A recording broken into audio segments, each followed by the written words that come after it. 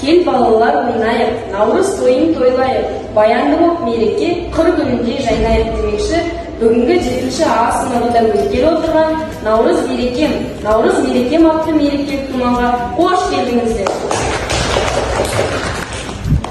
22 наурыз аспан тілдері өздерінің бастапқы нүктелеріне келіп күннен Бұл әлемде мереке көп, қуанышты, әдемі, ал біз үшін ең жақсысы қымбат наурыз мейрамы. бүгінгі әз наурыз мерекесіне арналған өлең жолдарын тамашалаңыздар. Наурыз келді күнім қағып, тал теректер бірін жағып, бірін-бірі құттықтайды қыз жігіттер гүлін алып.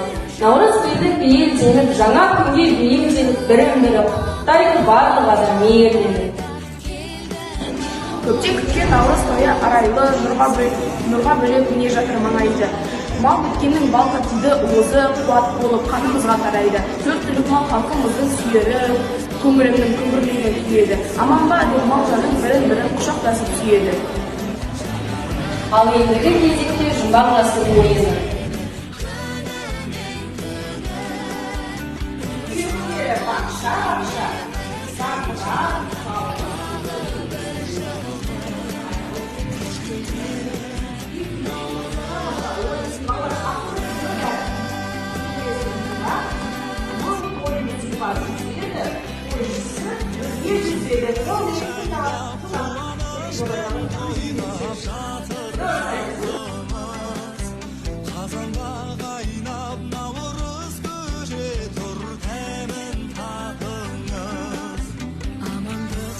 Қазақ халқында қыз баласының тәрбиесіне өте орасан зор мән берген болады. Сол үшін де бізде қазақта қызға қырық үйден кейін деген ұғым қалыптасқан. Қыз баласы үлкенді құрметтеп, кішіге ізет білдірген. Өтірік пен өсектен мүлдем жоғалмаған. Қыз баласына ерсі қылықтар істетпеген. Түнде жалғыз жүрмеген.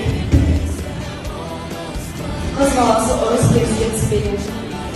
Қыз баласын қазақ халқы қырық үй болып тәрбиелеп, оның бақытты болуына тілектес болған.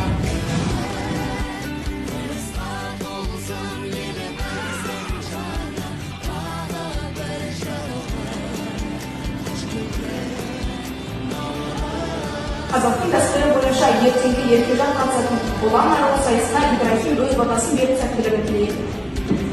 Батам, еркежан, басын ертең сайысында еркежан.